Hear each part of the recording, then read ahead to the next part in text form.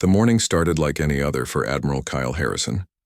He sat in his command chair aboard the Deep Space Monitoring Station, drinking his third cup of coffee while watching the endless stream of data from sensors pointed toward distant stars. The station floated quietly in space, far beyond Pluto's orbit, listening for signals that might indicate alien activity. Kyle had been doing this job for 15 years.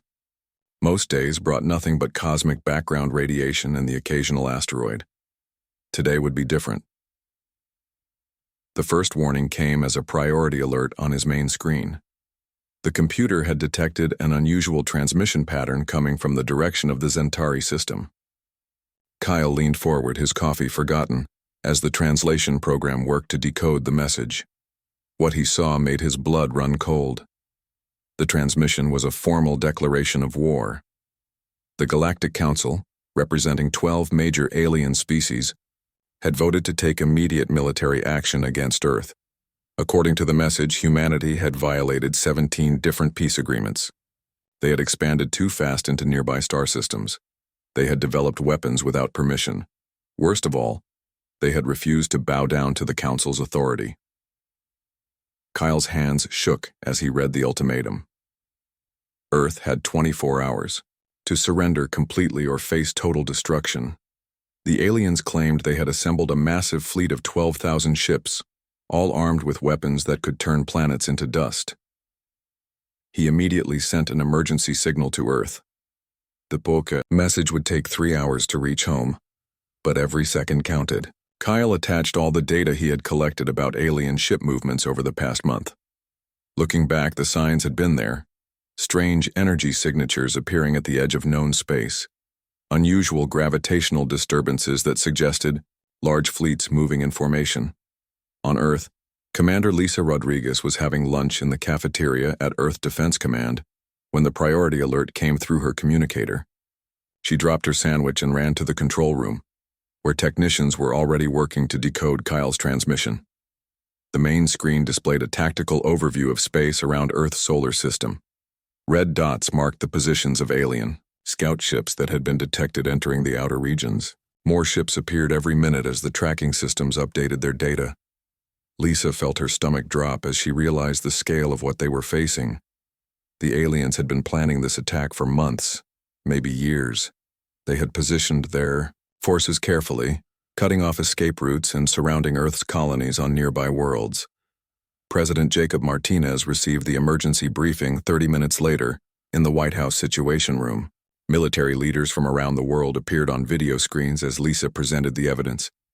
The aliens had given Earth 1 day to decide between surrender and annihilation. The room fell silent as everyone processed the information.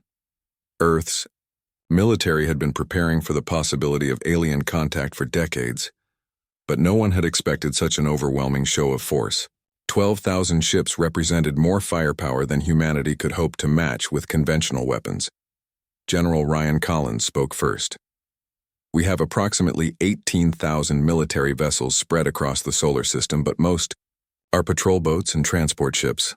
Our main battle fleet consists of maybe 200 ships that could stand up to alien technology.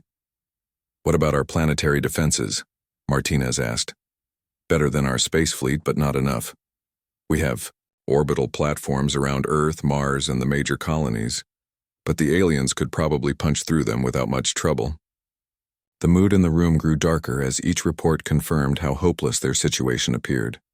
The aliens had superior numbers, better technology, and thousands of years of experience conquering other worlds. Earth seemed doomed, but Dr. Amanda Foster had a different expression on her face.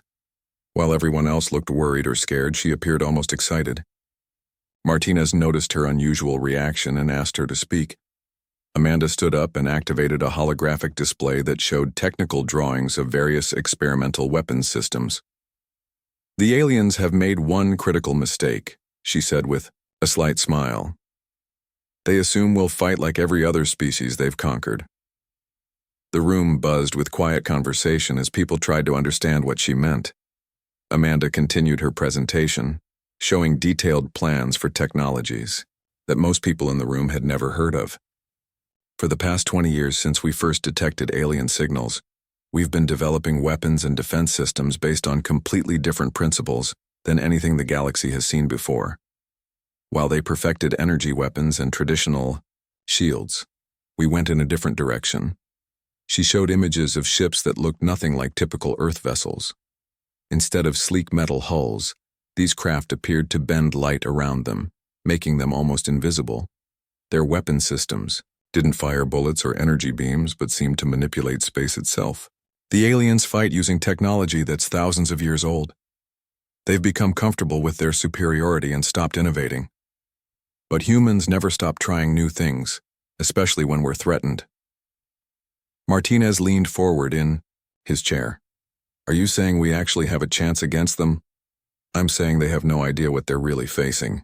They see our expansion into nearby star systems and assume we're just another aggressive young species that needs to be put in its place. They don't realize that every human colony, every mining station, every transport ship has been built with hidden military capabilities. Amanda showed more technical data, including power output readings that made several military officers whistle in amazement. Earth's actual military strength had been hidden under layers of civilian infrastructure and scientific research programs. Aliens are expecting a conventional war against a primitive species. Instead, they're about to encounter combat methods that will rewrite everything they think they know about warfare. As the briefing continued, the mood in the room began to change. Fear gave way to grim determination as people realized Earth wasn't as helpless as it appeared. The aliens had superior numbers, but humanity had something they didn't expect: the element of surprise. Martinez looked around the room at his advisors and military leaders. How long do we have to prepare? 21 hours until their deadline expires, Lisa replied, checking her watch. Then we better get started. Send word to all our hidden facilities and military programs. It's time to show the galaxy what humans are really capable of. As the meeting broke up and people hurried to their assigned tasks, Amanda remained behind to speak privately with the president. There's something else you need to know, she said quietly. This war isn't just about Earth's survival. If we win, it will change everything about how the galaxy works. The aliens have ruled space for so long that they've forgotten other approaches are possible. Martinez nodded grimly. In less than a day, humanity would either cease to exist or begin a new chapter in galactic history. Either way, the universe would never be the same.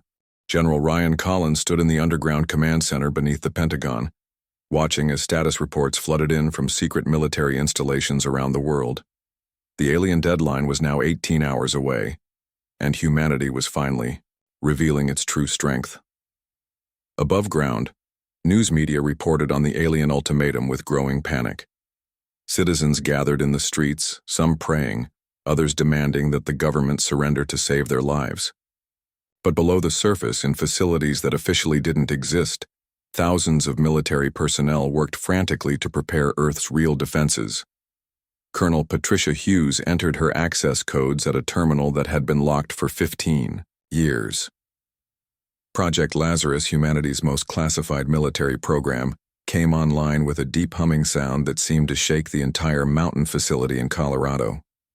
Banks of computers that had been running theoretical simulations suddenly switched to active combat preparation. Lazarus is fully operational, she reported to Collins over a secure communication channel. All weapon systems are responding normally. Power output is at maximum capacity. Collins nodded as he reviewed the status board. Green lights indicated that similar facilities were coming online across Earth and throughout the solar system. Projects with names like Phoenix, Prometheus, and Hercules had been waiting for this moment for 2 decades. On Mars, Dr. Benjamin Clark watched through reinforced windows as massive machines emerged from underground chambers. The Red Planet had been humanity's testing ground for experimental weapons too dangerous to operate near Earth. Now those prototypes were becoming active weapon systems. The largest device looked like a series of metal rings, each one hundreds of meters across. When activated, they could create artificial gravity fields strong enough to crush enemy ships or bend space around Earth's solar system. The technology was based on principles that alien science had never explored. Gravitational Manipulation systems are ready, Clark reported. We can create defensive barriers around any planet or moon in the solar system. The aliens won't be able to approach using conventional flight paths. Meanwhile, Captain Stephen Brooks ran final checks aboard the UES Defiance, humanity's first operational quantum displacement vessel. The ship looked ordinary from the outside, but its engine room contained technology that could step outside normal space entirely. Traditional faster-than-light travel worked by moving through space very quickly. Human quantum drives worked by briefly leaving space altogether, then reappearing somewhere else instantly. The process was dangerous and used enormous amounts of energy, but it allowed tactics that no alien military had ever encountered. Quantum drive is stable, Brooks reported to his crew. We can maintain displacement for up to 30 seconds before the system needs to recharge. That should be enough to get inside their formation and cause some real damage. Similar ships were powering up at hidden bases throughout the solar system. Earth's apparent weakness in space had been a carefully maintained illusion. While the aliens saw a few hundred primitive warships, humanity actually possessed over 3,000 vessels equipped with experimental technology. Major Catherine Lewis coordinated with resistance cells that had been established on every human colony and mining station. What looked like civilian infrastructure could be converted to military use within hours. Asteroid mining equipment became weapons capable of throwing rocks at incredible speeds. Transport ships revealed hidden armor and weapon systems. Even Earth's orbital elevators, the massive cables that connected the planet's surface to space stations, served a hidden military purpose. They could launch projectiles at significant fractions of light speed, turning them into weapons more powerful than most alien battleship guns. The most impressive transformation was happening on the moon. Luna Base had always appeared to be a scientific research facility, but hidden beneath its surface lay humanity's most advanced weapon manufacturing center. Automated factories had been producing experimental ammunition and equipment for years, waiting for the day when Earth would need them. Commander Angela Davis supervised the final assembly of munitions that existed nowhere else in the galaxy. Instead of explosive warheads, human weapons carried devices that could manipulate fundamental forces of physics. Some projectiles could increase their own mass moments before impact. Others could create temporary black holes or disruption fields that made enemy shields useless. Production is complete, Davis reported. We have enough ammunition to supply our entire fleet for extended combat operations. The aliens are in for some very unpleasant surprises. As preparation continued, intelligence reports provided updates on alien fleet movements. The enemy forces were approaching slowly, confident in their overwhelming superiority. They made no effort to hide their movements or protect their formation from attack. Dr. Nancy Wright analyzed the tactical data from her laboratory in Switzerland. The aliens were following standard galactic military doctrine, which had remained basically unchanged for thousands of years. Their formations were designed to maximize firepower while protecting larger ships behind walls of smaller vessels. They're fighting the last war, she explained to Collins during a video conference. Every engagement they've ever won used the same basic approach: overwhelming firepower delivered through energy weapons protected by energy shields. They've never faced an enemy that operates on different principles. Human military doctrine had been developed specifically to counter traditional galactic tactics.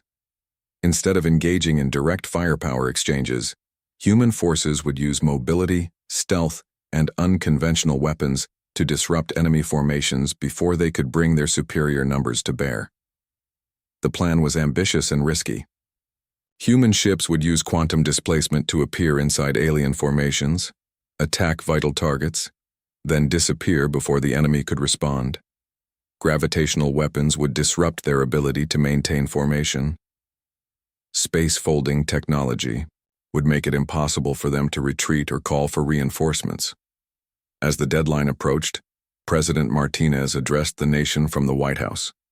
His speech was broadcast to every human colony and repeated in dozens of languages. But his words were also intended for alien ears. "We did not seek this conflict," Martinez said, looking directly into the camera. "Earth has always preferred peaceful exploration and cooperation, but if we are forced to defend ourselves, the galaxy will learn that humanity is not easily conquered." The president's calm confidence surprised many viewers who had expected panic or desperate pleas for mercy. Martinez continued, "We have spent 20 years preparing for this possibility. Our scientists and military leaders have developed capabilities that our enemies cannot imagine. Tomorrow, the universe will see what humans are truly capable of when our survival is at stake." In space, Admiral Danny Morgan received word that all human forces were ready for combat. The UES Guardian and her sister ships moved into position around Earth, while hidden weapons platforms powered up throughout the solar system. Stealth systems activated, making most of humanity's real military strength invisible to alien sensors. The enemy fleet was now 12 hours away from Earth. Long-range scanners showed 12,000 alien vessels approaching in perfect formation, their weapons charged and shields at maximum power. They expected to face a desperate defense by a primitive species armed with projectile weapons and basic energy shields. Instead, they were about to encounter the most advanced military technology in the galaxy, wielded by a species that had never learned to accept defeat. The aliens had declared war expecting an easy victory. What they would get instead was a lesson in why underestimating humanity was the last mistake any species would ever make. Fleet Commander Jektar stood on the bridge of his flagship, watching Earth grow larger on the main viewing screen.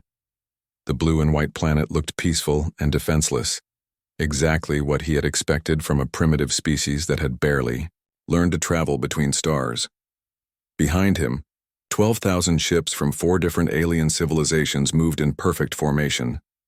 The Zentari Empire provided the heavy battleships, their plasma cannons capable of melting continents.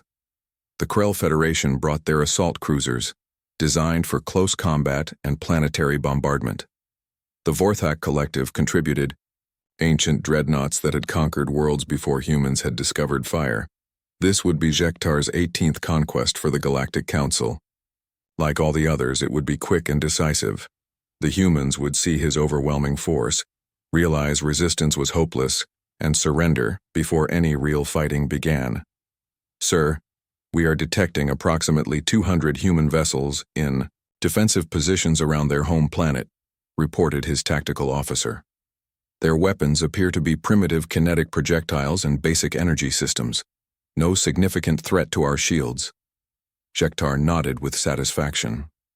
Even fewer ships than intelligence reports had suggested. This would be over in a matter of hours, possibly minutes. On Earth, Admiral Danny Morgan watched the approaching alien fleet from the bridge of the UES Guardian. His ship looked like a typical human battleship from the outside, but appearances were deceiving. Hidden beneath conventional armor plating lay the most advanced technology humanity had ever developed. "Sir, the aliens are broadcasting a surrender demand," reported his communications officer. Morgan smiled grimly. "Put me on an open channel. Let's see how they react to our response." Captain Julie Sanders, commanding the destroyer UES Falcon, listened as Morgan's voice echoed across all frequencies. "Alien vessels. This is Admiral Morgan of the Earth Defense Fleet. You have entered our solar system uninvited and threatened our civilian population. You have exactly 60 seconds to reverse course and leave our space, or we will consider your presence an act of war." The bridge fell silent as everyone waited for the alien response. It came in the form of laughter from Jektar himself. "Primitive humans." The alien commander's voice crackled through the translation system. "You face the combined might of the Galactic Council. Your pathetic ships cannot hope to stand against our power. Surrender now, and your deaths will be quick." Sanders looked at her tactical display. The alien fleet had moved into attack formation, weapons charging for their first plasma barrage. She activated her ship's quantum displacement drive and spoke into her communicator. "All ships, this is Sanders. The aliens have chosen war. Show them what humans do to bullies." The battle began when the Zentari ships fired their opening salvo. Thousands of plasma bolts streaked across space toward the human defensive line, each one carrying enough energy to destroy a city. The aliens expected to see human ships vaporized in the first few seconds of combat. Instead, the plasma bolts simply vanished. Jektar stared at his tactical display in confusion. His sensors showed that the human ships were still there, completely undamaged. The plasma had hit them directly but somehow had no effect. "Report," he barked at his weapons officer. "Sir, our plasma strikes appear to have been absorbed by some kind of gravitational distortion field. I've never seen anything like it." Before Jektar could process this information, the humans began their counterattack. Major Andrew Parker commanded the first wave of human ships that seemed to teleport directly into the center of the alien formation.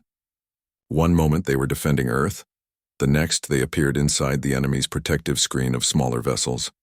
The quantum displacement drives allowed instantaneous repositioning that alien sensors couldn't track or predict.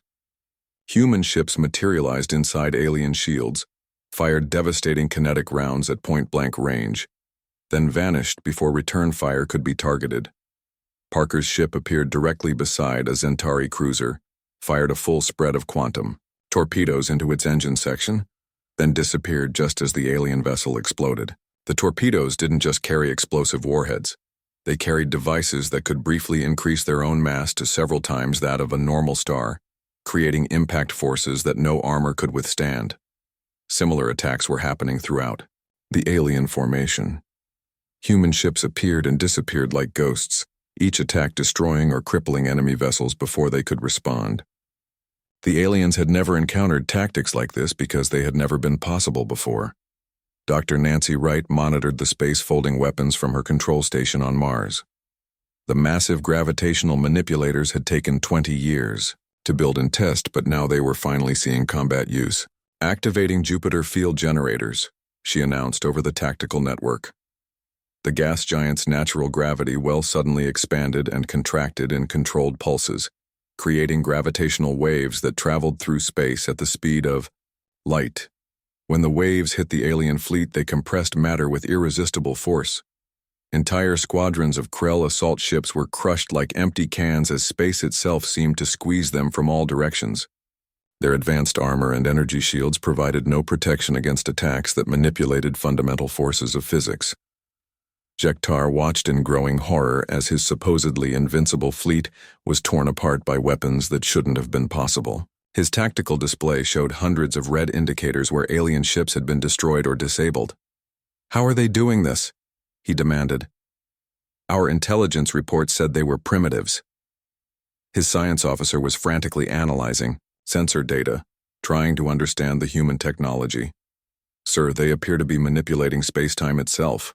Our weapons are designed to counter energy shields and conventional armor. We have no defense against attacks that alter the fundamental properties of matter." The battle that was supposed to last minutes stretched into hours as the aliens struggled to adapt to human tactics. Every time they tried to reform their battle lines, human ships would appear in unexpected locations and disrupt their formations. Every time they concentrated firepower on a human vessel, it would simply step outside normal space until the danger passed. Captain Chris Johnson aboard the UES Retribution coordinated with other quantum displacement ships to execute increasingly complex attack patterns. They could appear anywhere in the battle space instantly, making it impossible for the aliens to predict or counter their movements. "Target the command ships," Johnson ordered his weapons officer. "If we can take out their leadership, the rest of the fleet might surrender." Human ships began focusing their attacks on the larger alien vessels that served as fleet command centers. The quantum torpedoes and gravitational weapons proved devastatingly effective against targets that had no experience defending against such exotic attack methods. Jektar felt his flagship shudder as human weapons found their mark. His shields were failing, and his weapon systems were offline. Around him, the remnants of what had been the most powerful fleet in galactic history were either destroyed or fleeing in panic. "Sir, we're receiving surrender signals from most of our remaining ships," reported his communications officer. "The humans are offering to allow survivors to withdraw if we cease hostilities immediately." The proud fleet commander looked at his tactical display one last time. Of the 12,000 ships he had brought to conquer Earth, fewer than 3,000 remained combat effective. The humans had achieved the impossible, defeating a vastly superior force using weapons and tactics that rewrote everything the galaxy thought it knew about warfare. Signal the fleet to withdraw, Jektar ordered quietly, and send a priority message to the Galactic Council. Tell them that Earth is not a primitive species. Tell them that we have awakened something that will change everything. As the surviving alien ships limped away from Earth's solar system, Admiral Morgan addressed his victorious fleet. Well done, everyone. But remember, this was just their advance force. They'll be back with everything they have. The first battle was over, but the real war was just beginning. Word of humanity's impossible victory would spread throughout the galaxy, and the Council would respond with forces that would make today's attack look small. But Earth had proven something important.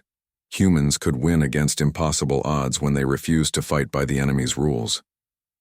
The galaxy was about to learn that sometimes the most dangerous opponent is the one who doesn't play the game the way everyone expects. News of the Zentari defeat spread through the galaxy like wildfire. On the Council homeworlds, emergency sessions convened as military leaders struggled to understand how their most advanced fleet had been destroyed by a species that should have been conquered in hours. Supreme Chancellor Velthon of the Vorthak Collective paced in his war room, studying holographic displays that showed the battle's aftermath.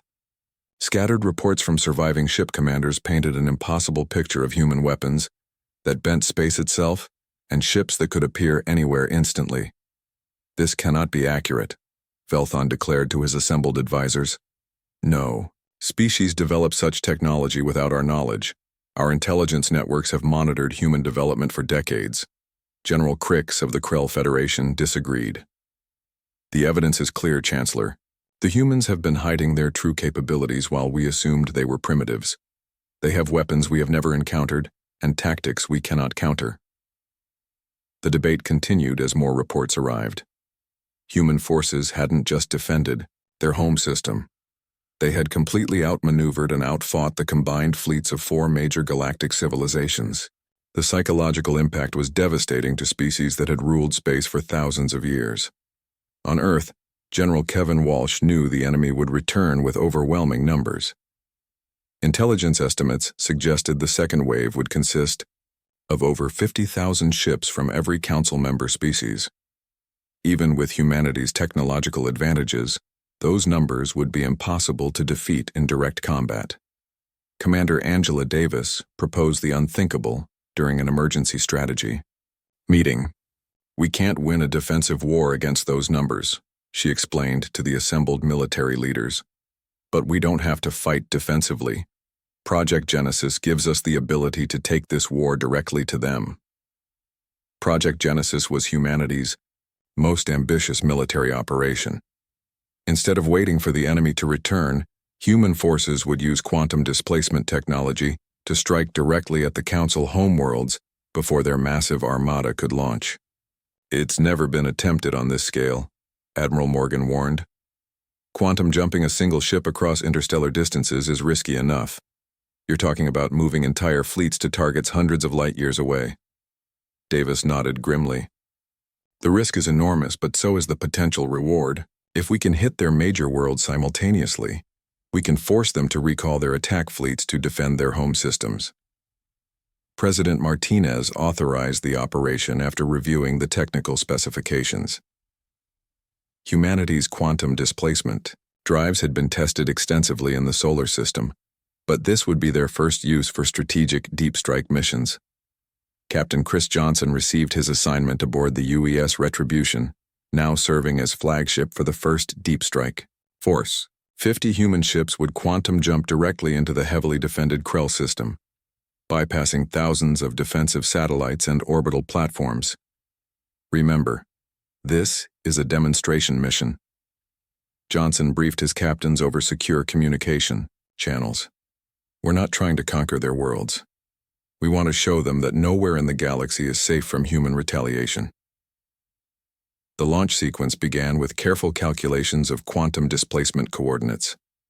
Unlike normal space, travel quantum jumps required precise mathematical models to ensure ships emerged at the correct location. A small error could strand vessels in empty space or worse.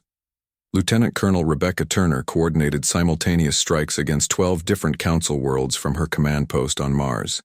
Each target had been selected for maximum psychological impact. These were core worlds that had never been threatened by military action, protected by layers of defenses that had kept them safe for millennia. The first jump was scheduled to hit Vorthak Prime, the ancient homeworld of the species that had originally formed the Galactic Council. Their planet was surrounded by defensive platforms that had been built over thousands of years, creating what they believed was an impenetrable barrier against attack. Johnson felt the familiar disorientation as his ship stepped outside normal space. For a few seconds that seemed to last forever, the UES retribution existed in a realm where physics worked differently. Then reality snapped back, and they were in orbit around an alien world. The Vorthak defenders had no warning. Human ships simply appeared inside their defensive perimeter, having bypassed every sensor and weapon system designed to protect the planet. The aliens had prepared for attacks that would approach through normal space, not ones that ignored the concept of travel time entirely. All ships begin demonstration, Johnson ordered. The human fleet didn't target population centers or attempt to invade the planet. Instead, they deployed gravitational weapons designed for maximum visual impact. Artificial gravity fields created massive tidal effects in the planet's oceans, pulling water thousands of feet into the air before releasing it in spectacular waterfalls that could be seen from space. On the planet's surface, Supreme Chancellor Velthon watched through his palace windows as impossible phenomena unfolded. In his sky, human ships hung motionless above his capital city, their weapons creating displays of power that demonstrated complete control over fundamental forces of nature. The message was clear. Earth's warriors could strike anywhere in the galaxy at any time. No world, no matter how well defended, was safe from humanity's reach. Similar demonstrations were taking place simultaneously on 11 other council worlds. Dr. Nancy Wright monitored all 12 operations from her control center, watching as human forces appeared in heavily defended systems throughout the galaxy. On Zentari, human ships emerged directly above the planet's primary military academy, where their future fleet commanders were trained. The gravitational weapons created brief but harmless distortions in local spacetime, bending light around the academy buildings to create an aurora effect visible from orbit. The Krell homeworld experienced a different demonstration. Human vessels appeared above their largest shipyard, where new warships were constructed.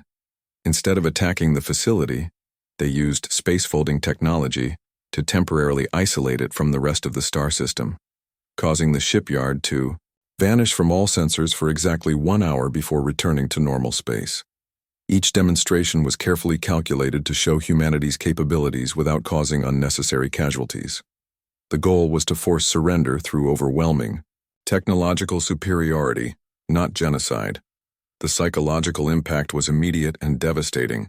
Populations that had never seen warfare in their home systems watched as unknown vessels appeared in their skies, demonstrating weapons that made their most advanced defenses useless. Captain Stephen Brooks led the strike on the Galactic Council's military headquarters, a space station the size of a small moon that coordinated defense efforts for the entire galaxy. Human ships appeared inside the station's hangar bays, having quantum jumped directly through its shields and armor. Attention Council forces, Brooks broadcast on all frequencies. This is Captain Brooks of the Earth Defense Force. Your headquarters is now under our control. Any attempt to launch the planned invasion of Earth will result in the complete destruction of this facility and all Council military assets. The demonstration phase of Operation Genesis lasted exactly 6 hours. During that time, human forces proved they could strike any target in the galaxy without warning and with impunity. The Council's vast defensive networks had been rendered obsolete by technology they couldn't understand or counter. As human ships began their withdrawal, each target received the same message from President Martinez.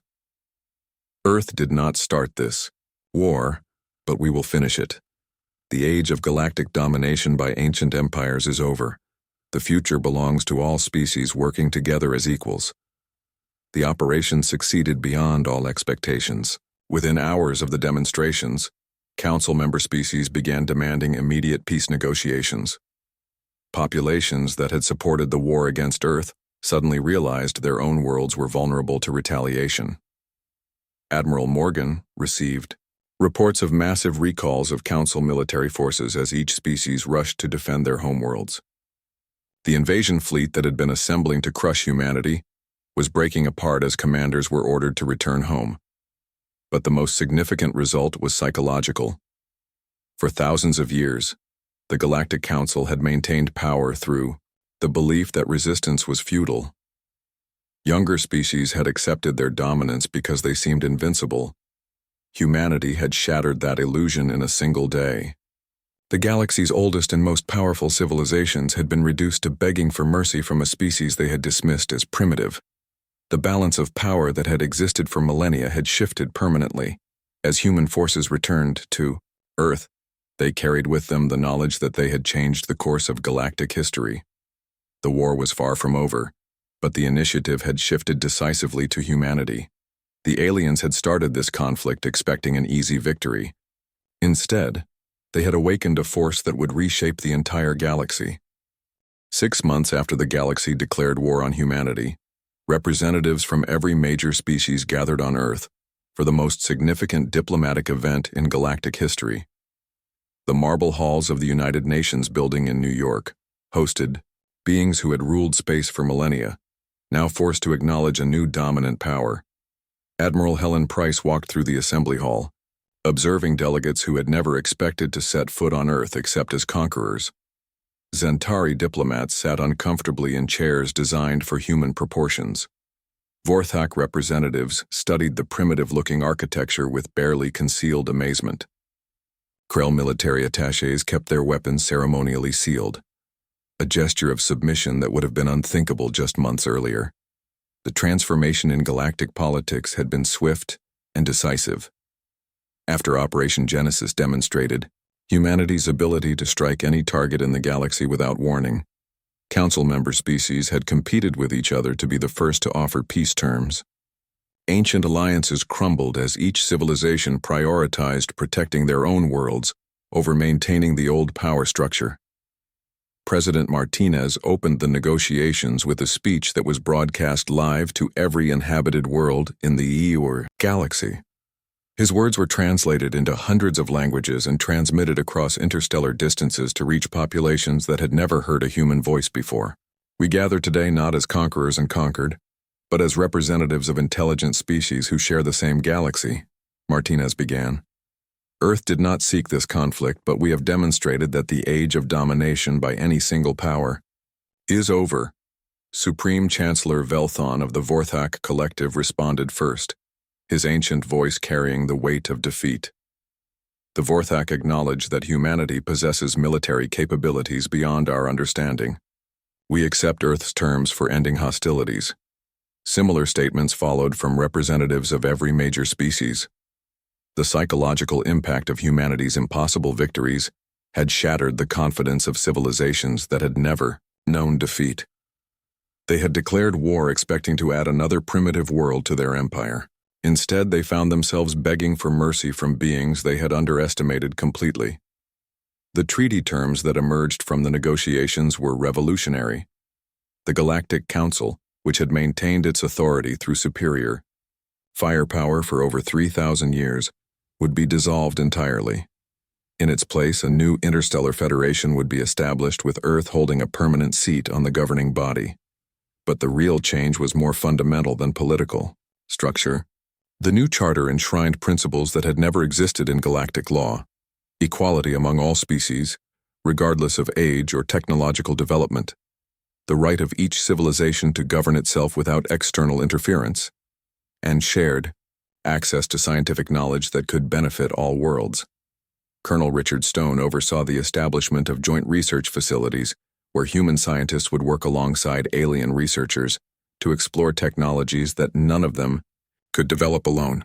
The first facility was built on Luna, where humanity's experimental weapons labs were converted to peaceful research centers.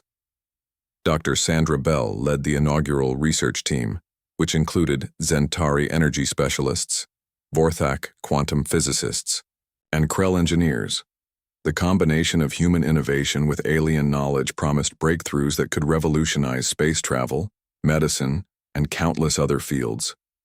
We're not just sharing our quantum displacement technology, Bell explained to the research team during their first meeting. We're creating entirely new branches of science that combine our different approaches to understanding the universe. The cultural exchange was as significant as the technological collaboration. For the first time in galactic history, young species had access to knowledge that had previously been restricted to council members. Civilizations that had been kept in primitive conditions by deliberate policies now received the tools to develop their full potential. Commander Angela Davis supervised the integration of alien and human military doctrines, creating joint defense forces that could protect the new Federation from external threats. The old system had relied on the Council's overwhelming superiority to maintain order. The new approach emphasized cooperation and mutual defense. We're not trying to replace the Council's dominance with our own, Davis explained to her mixed staff of human and alien officers. We're creating something that's never existed before, a truly cooperative galactic civilization. The transformation wasn't without challenges. Some species struggled to adapt to the concept of equality after thousands of years of either ruling or being ruled. Younger civilizations had difficulty believing they now had the same rights as ancient empires. Even humans found it strange to be treated as galactic leaders after being ignored for so long. But the most profound change was in how the galaxy viewed the possibilities of technological development. For millennia, alien civilizations had assumed that their energy-based weapons and traditional shields represented the pinnacle of military technology. Humanity's space-folding and quantum manipulation weapons had proven that assumption catastrophically wrong. Captain Chris Johnson commanded the first integrated exploration fleet, which included ships from 6 different species using a combination of human quantum drives and alien deep space technology. Their mission was to explore regions beyond the galactic rim that no previous expedition had been able to reach. We're not just exploring new territory, Johnson told his diverse crew during their launch ceremony. We're proving that cooperation can achieve things that no single species could accomplish alone. The fleet's capabilities demonstrated the potential of the new galactic order. Human displacement drives could move ships instantly across vast distances, while alien navigation systems provided precise coordinates for previously unreachable destinations. Combined sensor technologies revealed phenomena that neither human nor alien science could have detected independently. Back on Earth, President Martinez reflected on the changes that had transformed not just humanity's position in the galaxy, but the entire structure of interstellar civilization. The war that was meant to crush human expansion had instead liberated every species from the limitations imposed by ancient hierarchies. We didn't win this war through superior firepower, Martinez observed during a private meeting with his advisors. We won by showing that there are always new approaches to old problems. The aliens had become comfortable with their superiority and stopped innovating. We never stopped trying new things. The lesson had implications far beyond military technology. Alien species that had stagnated under council rule began developing new art forms, exploring different philosophies, and investigating scientific theories that had been discouraged for centuries. The galaxy was experiencing a renaissance of creativity and innovation. Dr. Nancy Wright published the first comprehensive analysis of how humanity's victory had been achieved. Her report became required reading at military academies throughout the galaxy, not as a guide to human tactics, but as a study of how technological innovation could overcome seemingly impossible odds. The humans succeeded because they approached warfare from completely different principles. Wright concluded, while we perfected existing technologies, they invented entirely new categories of weapons. The lesson for all species is that the universe always has more secrets to reveal to those willing to look for them. As the first year of the new galactic order concluded, the changes continued to accelerate. Trade between species increased dramatically as artificial barriers were removed. Scientific discoveries multiplied as researchers shared knowledge that had previously been hoarded by dominant powers. Even warfare became less common as species found cooperation more profitable than conquest. The galaxy that had declared war on humanity no longer existed. In its place stood something unprecedented, a truly cooperative interstellar civilization where every species contributed their unique strengths to exploring the infinite possibilities of the universe. Admiral Price stood on the observation deck of the new Federation headquarters, watching as ships from dozens of different worlds docked at the orbital station. Each vessel represented a species that had been either oppressor or oppressed under the old system. Now they worked together as equals, united by the understanding that diversity of thought and approach made them all stronger. Humanity had indeed rewritten galactic history, not through conquest or domination, but by proving that even the most established order could be transformed when someone was willing to imagine a better way forward. The universe was vast and full of mysteries, but, for the first time, every intelligent species would have the chance to explore it together.